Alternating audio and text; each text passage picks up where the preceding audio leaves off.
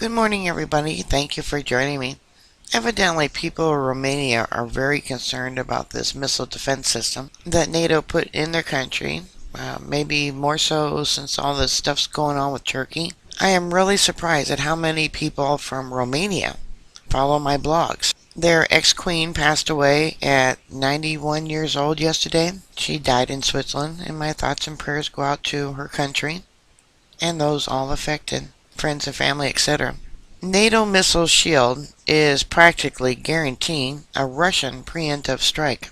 The U.S. activated its first 24 defense stations on May 12th at a Romanian air base as part of a missile defense shield in Europe, and began the construction of a second element on May 13th in Poland. Later, President Vladimir Putin stated at a meeting on mobilization readiness that the U.S. would not be able to deceive Russia by claiming its weapon system is purely defensive, and that in fact this was about relocating part of the U.S. nuclear capacity to the country's Eastern Europe. The president promised that Russia would respond adequately to new threats to its security. Right after Vladimir Putin's statement, the U.S. and NATO went into hysteria over the so-called inappropriate response of Russia to their harmless actions. That's how they responded publicly. I think privately they were just overjoyed. Behind closed doors, privately, they're pushing for war with Russia. Many years' practice show that the president of Russia takes his time when it comes to making tough statements, and this one was unprecedentedly tough, speaking of the necessity to reduce threats to the security of the Russian Federation. Putin dropped the possible hint that the governments of Eastern Europe states have turned their countries into potential targets for Russia strikes by allowing their territories to harbor the American missile defense shield. We should note that on May 11th, the day before the opening of the Romanian base, the MFA of Russia also made a statement. The director of the Board of the Non-Proliferation and Control Arms characterized the U.S. actions as violations of the Intermediate Range Nuclear Force Treaty, INF, of 1987. And that was an agreement that was set up, I believe, during the presidency of Ronald Reagan. What is Russia worried about, and why did Moscow's reference to reducing threats provoke NATO hysterics? The ground-based complexes of the Aegis combat system, which are the base of the American national missile defense in Europe, are a double threat to Russia. After concluding the treaty on the limitation of strategic offense arms, the U.S. and Russia reduced their nuclear weapons from several dozen thousands on both sides to 6,000, 7,000 for each country. Officially, Russia today has 7,300 nuclear warheads. However, each weapon must be transported to the target. At the moment, the Russian Armed Forces possesses 526 deployed nuclear delivery vehicles equipped with 1,735 weapons. Taking into consideration the reserve units, the total number of vehicles could be 877, with up to 3,200 weapons. Other vehicles carrying half the deployed nuclear weapons are strategic aircraft and nuclear submarines. However, if a surprise strike is attempted, not every plane would have the time to take off. Not all those would manage to reach the missile launching area, and not every submarine would be able to reach the area of combat, and the U.S. Navy would try to destroy those already there, long before the beginning of combat. I made a report about 2 months ago. There was a Russian nuclear submarine off the East Coast, and of course they're often seen off the West Coast of the U.S. In the past, they've been even in the Gulf of Mexico. Today, Russia has only 10 submarine ballistic missile carriers, and it wouldn't be difficult for the U.S. to neutralize them. But I'm sure that is only after they shoot off their missiles. Only ground launchers of intercontinental ballistic missiles ensure the destruction of U.S. territory. And it is these that the American missile defense system is aimed at. Its positioning at the Russian border should allow interception of intercontinental carriers at the moment when they are most vulnerable, in the boost phase of flight. So far, Russia has about 300 intercontinental nuclear weapon launching vehicles, Surely these 24 ballistic missiles in Romania are not enough to save the U.S. from a revenge strike. But the U.S. isn't going to limit itself to only one interceptor missile base. Besides, after the system is ramped up, it's easy to increase the number of missile launchers. We paid attention to the Russian MFA's statement on the violation of the INF.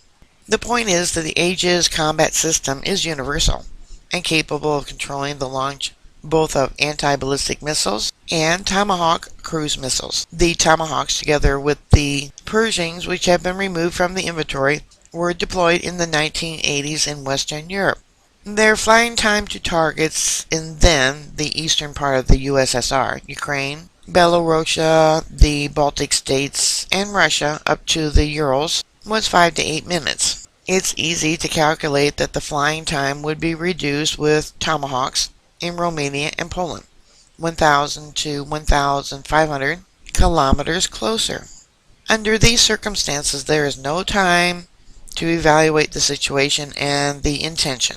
Anything that can be characterized as a threat of nuclear attack against Russia should cause intercontinental missiles to be launched immediately. Otherwise, there is a high chance that they would be destroyed at their sites.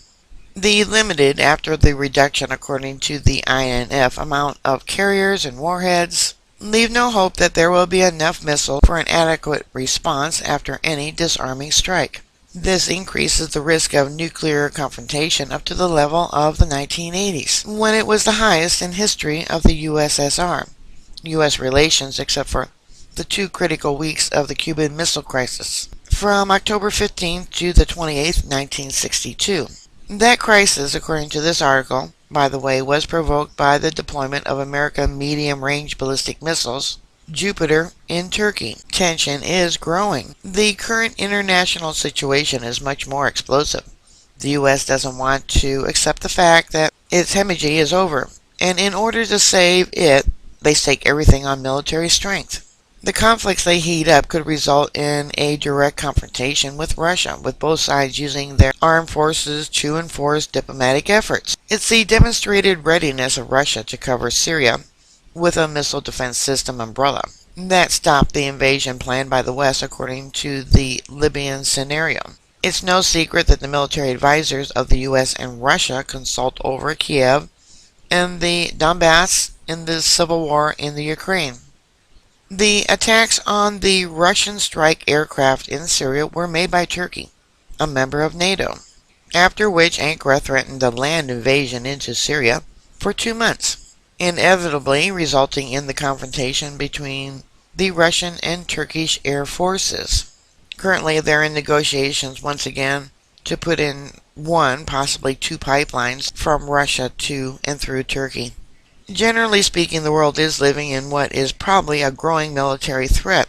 Meanwhile, when the possibility of creating a launch area for the American missile defense system in Europe was being discussed, the Russian military stated that the only reliable way to prevent the threat was a preventive strike by Iskander systems if political leaders agree that military actions are inevitable. The destruction of the missile defense system by conventional armed precision weapons is not a mandatory cause for a nuclear war with the U.S., though it would certainly result in a military confrontation from the targeted countries. But the approach of dozens of potential warhead carriers with minimum flying time to the Russian borders can be considered by Russia as a threat to the existence of the Russian state itself. In this case, Russia's current military doctrine provides for the first use of nuclear weapons. It is said the doctrine applies to aggression against Russia. However, the definition of aggression and essential threat to the state are currently rather elastic. Over the last couple of decades, we have seen so many states almost annihilated without declaring war that it's practically impossible to identify the fine line separating war from peace. Even experts are left wondering how to identify the current state of international relations. Either its pre-dawn situation or the Third World War has been going on for a long time, or the fourth one has started. This here is an image of the SS-26 Iskander Stone Tactical Ballistic Missile System, Russian Army. under these circumstances, the closer the front lines of opposing strategic forces, the less time is left for political leaders to make a decision. And the danger of an automatic deployment of forces is that much higher when the military simply carry out pre-established just-in-case instructions. Every general staff relies on the fact that if the enemy's intentions are unclear, they should be interpreted as aggressive, otherwise they could be late to respond. That leaves the military alone in a vicious spiral of inevitable decisions. That's why the US and NATO went into hysterias in response to Putin's statement. They thought they would force him to retreat by placing him before an implicit but undeniable military threat. He accepted their proposal to raise the stakes to the max, and now it's Washington that has to decide whether it's worth risking uncontrolled nuclear war or retreating in front of the whole world. Yeah, like I said, NATO and the secret memos that came out, they're pushing for war with Russia. And being an election year, Obama don't want to appear weak. He worries about information getting out. Put your thoughts and comments down below. Bookmark my site. I'll keep you up to date. Please stay safe. And I'll talk to you later. God bless you. Bye.